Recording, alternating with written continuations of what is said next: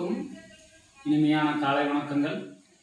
கடந்த 2-3 தினங்களாக வீடியோ போடாததற்கு எங்களை மன்னிக்கவும். இன்று நாம் காணக்கூடிய ஒரு காணொளி என்னவென்றால், கோவை மாவட்டம் சூலூர் அருகே 10 வயது சிறுமி பாலியல் பலாத்காரம் செய்து கொடூரமாக கொல்லப்பட்டார். சம்பவத்தை பற்றி தான் இங்கே காணொளியாக, ஒரு நீண்ட காணொளியாக உங்களுக்கெல்லாம் தரவிருக்கிறேன். முதலில், பாலியல் வன்கொடுமை என்பது ஒரு தனிமனித ஒழுக்கம் மீறப்பட்டு, பாலியல் வன்கொடுமை என்பது தனிமனிதனின் ஒழுக்கம் மீறப்பட்டு ஒரு பெண்ணின் மீது ஈவு இரக்கமின்றி கற்பை சூறையாடுவது மட்டுமல்லாமல் அவர்களை கொல்வதும் ஒரு மிகப்பெரிய ஒரு மன்னிக்க முடியாத ஒரு குற்ற செயல், மன்னிக்க முடியாத பாவச் செயலும் குற்ற செயலும் கூட. இப்படிப்பட்டவர்களை தயவு செய்து நமது அரசாங்கம் மட்டுமல்லாமல் மத்திய அரசு, எந்த ஒரு அரசாக இருந்தாலும் சரி, பாலியல் வன்கொடுமை செய்பவர்களை உடனடியாக தூக்கிலிட்டால்தான் ஒவ்வொருவரும் இந்த சமூகத்திலே நமக்கும் இப்படி ஒரு கதி நேர்ந்து விடுமோ என்று கட்டாயம் பயப்படுவார்கள். ஆகவே தாவேக அரசுக்கு பணிவுடன் நான் கேட்டுக்கொள்வது என்னவென்றால்,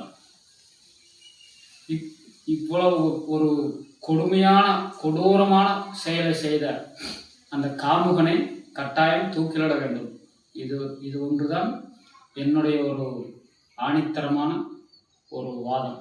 தயவுசெய்து பாலியல் வன்கொடுமை செய்த அந்த கொடூர காமுகனை தூக்கிலிட வேண்டும் என்பதுதான் என்னுடைய வேண்டுகோள் மட்டுமல்ல, ஒட்டுமொத்த தமிழ்நாட்டு மக்களின் வேண்டுகோள். அடிக்கடி பாலியல் வன்கொடுமை என்று அன்றாடம் ஊடகங்கள், செய்தித்தாள்கள் இப்படி நிறைய காண்கிறோம். பாலியல் வன்கொடுமை எதனால் எப்படி ஏற்படுகிறது? பாலியல் வன்கொடுமை எதனால் எப்படி ஏற்படுகிறது?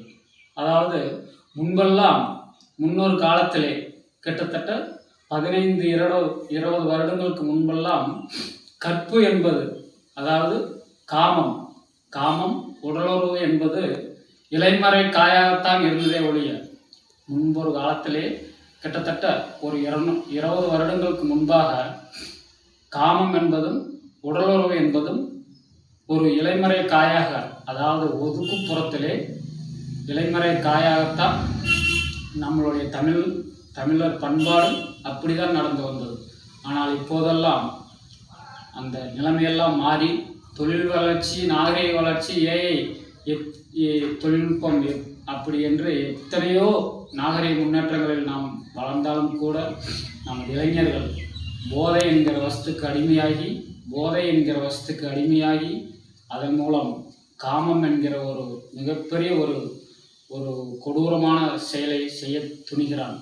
ஒவ்வொரு இளைஞனுக்கும் தனிமனித ஒழுக்கம் என்பது இன்றைய காலகட்டத்திலே நிச்சயமாக இல்லை. ஒவ்வொரு இளைஞனுக்கும் தனிமனித ஒழுக்கம் என்பது நிச்சயமாக இல்லை. அவர்களுடைய பெற்றோர்கள் அந்த இளைஞனுக்கு சமூக நீதியையும் சுய ஒழுக்கத்தையும் கட்டுப்பாட்டையும் அவர்களுக்கு எடுத்து சொல்ல தவறிவிட்டார்கள். ஏனென்றால், இன்றைய